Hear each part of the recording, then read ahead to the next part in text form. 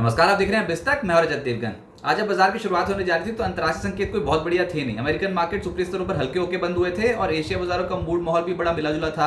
Gift 50 बता रहा था कि आज लगभग 54 से 60 पॉइंट्स के आसपास की गिरावट देखने को मिल सकती है, लेकिन हमारे पास क्या था ट्रिगर? हमारे पास ट्रिगर था कि महंगाई 67 महीने के निचले स्तर पर पहुंची है और साथ साथ मानसून नॉर्मल रहने का अनुमान IMD ने बता दिया। तो ऐसा लगा कि इस समय तो सरेंडर होने के लायक तो नहीं है बाजार। बनेगी तो तेजी बनेगी, लोअर लेवल्स पे जाके दोबारा से पलट सकते हैं।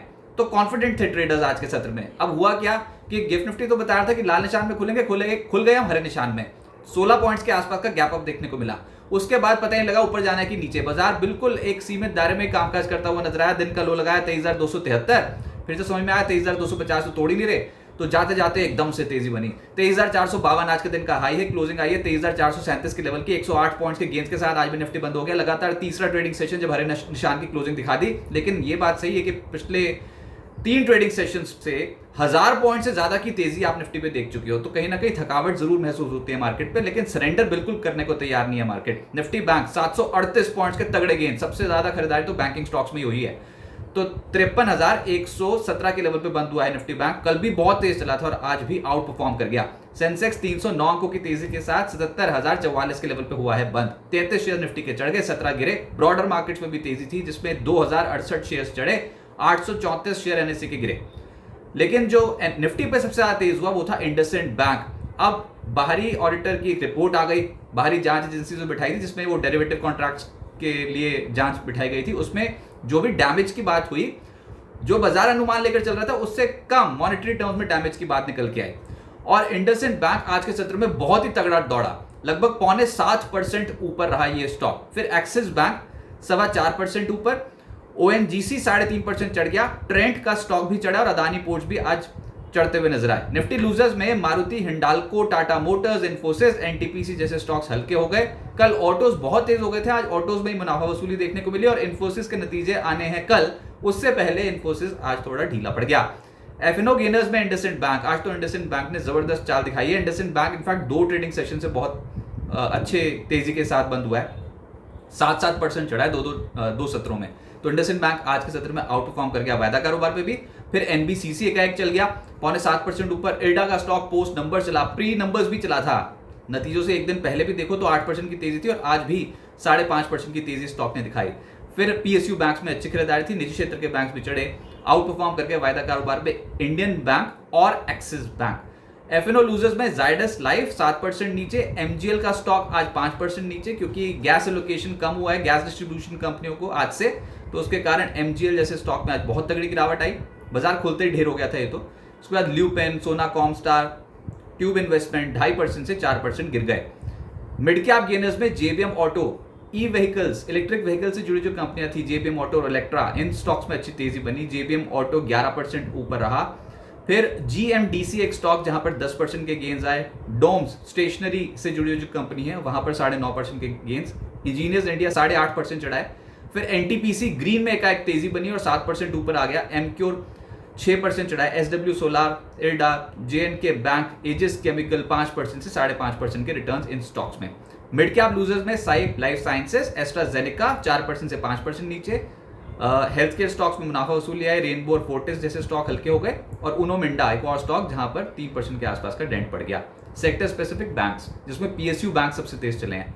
Indian bank, bank of India, union bank, bank of Maharashtra, IOB 3% से 5% ऊपर। कतार बहुत लंबी है, Canara bank, bank of Baroda सब तेज थे।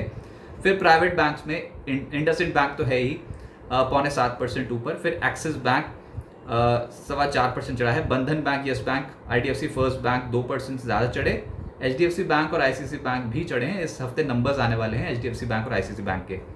फाइनेंशियल्स में एक्सिस बैंक तो लीड कर रहा था, इसके अलावा ICICI ग्रुप पोस्ट नंबर्स 3% चढ़ता हुआ नजर आया। चोला फाइनेंस, HDFC लाइफ, इन स्टॉक्स में भी तेजी रही। HDFC लाइफ और जियो फाइनेंशियल के नंबर आने हैं कल, तो आज वो 1.5% से 2.25% चढ़ गए। LIC हाउसिंग भी आज 1.5% चढ़ गया। एनर्जी स्टॉक्स में GVTND इस स्टॉक में 5% के गेन। फिर ONGC एकाएक चलाया 3.5%। थर्मेक्स, ऑयल इंडिया, गेल, HPCL 0.3% से 3.25% ऊपर रहे। FMCG स्टॉक्स भी पलट गए, जिसमें पतंजलि 3.5% चढ़ा। इमामी, गोदरेज कंज्यूमर, डाबर, ITC 1% से 3.25% के गेंस दे गए। मीडिया में भी रौनक आई, जिसमें जील, नेटवर्क 18, टिप्स म्यूजिक, सारेगामा, हैथवे जैसी कंपनियों के स्टॉक हरे निशान में बंद हुए। जो नहीं चले वो थे ऑटोज, कल बहुत तेज हो गए थे, आज मुनाफा वसूली देखने को मिली। ट्यूब इन्वेस्टमेंट, भारत फोर्ज, मारुति, टाटा मोटर्स, एक्साइड, ये स्टॉक 1% से 2.5% गिर गए। अब आगे क्या होगा? देखिए, महंगाई घटना और मॉनसून का बेहतर रहना ये बहुत बड़ा ट्रिगर हो गया इंडियन मार्केट्स के लिए और बाजार खुश हो गया उससे। आज बहुत बड़ी तेजी नहीं बनी, लेकिन ब्रॉडर मार्केट्स पे देखते तो स्क्रीन हरी हरी नजर आ रही थी। फिर ये जो डोनाल्ड ट्रंप की पॉलिसीज हैं, अब डोनाल्ड ट्रंप ने ऐसी खबरें भी निकल के आई थी कि चाइना के कुछ प्रोडक्ट्स के ऊपर 245% के इफेक्टिव टैरिफ लगा रखे हैं। फिर दिन के दौरान ये भी खबर आई थी कि चाइना यूएस से बातचीत करने को तैयार है विद स्पेसिफिक कंडीशंस की एक तो इज्जत से बात करें डोनाल्ड ट्रंप और दूसरा अपने रिप्रेजेंटेटिव को आगे करें ताकि डिप्लोमेटिक तरीके से बात की जा सके। ऐसे नहीं कि डोनाल्ड ट्रंप कुछ भी आके सोशल मीडिया पे आके पोस्ट कर दे और उसके बाद फिर यही समझ में नहीं आया कि क्या बोल दिया।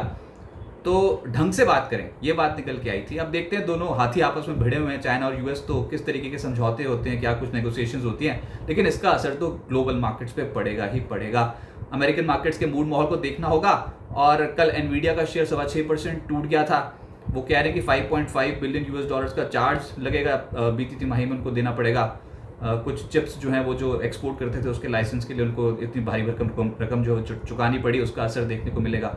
तो एनवीडिया का शेयर थर कांपा था आफ्टर आवर्स और उसके कारण आज नैस्डैक फ्यूचर्स लाल निशान में दिखाई दे रहे हैं। तो देखते हैं किस तरीके का सेटअप अमेरिकन मार्केट्स बनता है, उसका रिफ्लेक्शन कल आप एशियन मार्केट्स में भी देखोगे। कल निफ्टी की वीकली एक्सपायरी और कल हफ्ते का आखिरी कारोबारी सत्र है, क्योंकि 18 अप्रैल को गुड फ्राइडे के मौके पर मार्केट बंद रहेंगे। डॉलर के मुकाबले रुपया मजबूत हुआ है, अब लगातार 5वें दिन मजबूत हो गया रुपया। आज भी 9 पैसे मजबूत होकर बंद हुआ है 85.68 के लेवल पे और बाजार में एफआईएस की शॉर्ट कवरिंग डोमिनेट कर रही है। एफआईएस ने शॉर्ट कवरिंग करनी शुरू करी है, अभी भी 70% तो शॉर्ट ही हैं, तो देखते हैं वो और कितना अपनी पोजीशंस को कवर करते हैं। लेकिन जो नतीजे हैं वही तो है ट्रिगर मार्केट का। तो Q4 नतीजे ही तस्वीर बदल सकते हैं मार्केट की। देखिए, अगर नतीजे बेहतर आ गए तो फिर तो बाजार इतना हल्का हो रखा है ना कि यहाँ से तेजी बन जाएगी। लेकिन नतीजे भी किसके? इन्फोसिस, आईटी से तो वैसी उम्मीद नहीं है। अभी विप्रो के नतीजे आए तो उसने भी अपनी रेवेन्यू गाइडेंस घटा दी और ऊपर से फिर इन्फोसिस तो वैसे ही कुछ उम्मीद लेकर नहीं चल रहे हम। टीसीएस भी नतीजों के बाद नहीं चला। फिर उसके बाद फाइनेंशियल्स में एचडीएफसी लाइफ, एचडीएफसी एएमसी, जियो फाइनेंशियल, इनके नतीजे कल आने वाले हैं। तो फाइनेंशियल्स पहले तेज हो गए नतीजों से पहले, तो कोई ना कोई तो नया लीडर निकल के आएगा। लेकिन फिर उसके बाद फिर इंस्टीट्यूशंस देखेंगे कि कंपनियों ने किस तरीके के रिजल्ट्स दिए हैं। उम्मीद कोई ज़्यादा नहीं लेकर चल रहे हो आप, लेकिन कभी कभी बाजार हैरान कर देता है। कुछ ज़्यादा उम्मीद नहीं है, पहले ही आप बहुत ज़्यादा पिटे हुए हो और अगर कुछ इन लाइन भी अगर आप नतीजे दे देते तो फिर बाजार तेज हो सकता है। लेकिन अंडरलाइन ये है कि डोनाल्ड ट्रंप कुछ ज़्यादा ना कर दें, वही कंडीशन बिगाड़ देते हैं मार्केट की। और पिछली बार भी हमने ये देखा था कि हायर लेवल से प्रॉफिट बुकिंग जो हुई थी वो सिर्फ डोनाल्ड ट्रंप की पॉलिसीज की वजह से हुई थी।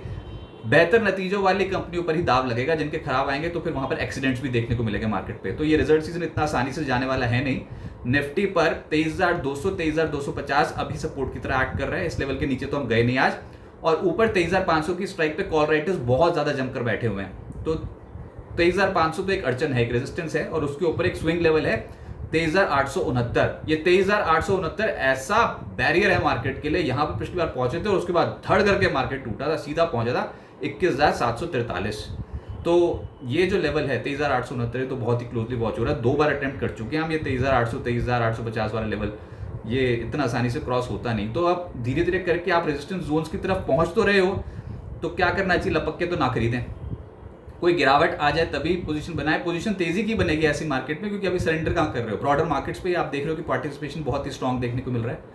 तो डिप्स में ऐड करने के बारे में सोचें, बहुत बड़ी क्वांटिटी की ना लें, क्योंकि पोजीशन संभाली नहीं जाएगी अगर कोई भी ऐसी खबर चाइना या फिर अमेरिका से निकल के आती है। तो डिप्स का इंतजार करें, डिप्स में खरीदारी करने के बारे में सोचें, और रिजल्ट्स का एक बहुत बड़ा इम्पैक्ट इंडियन मार्केट्स पे देखने को मिलेगा।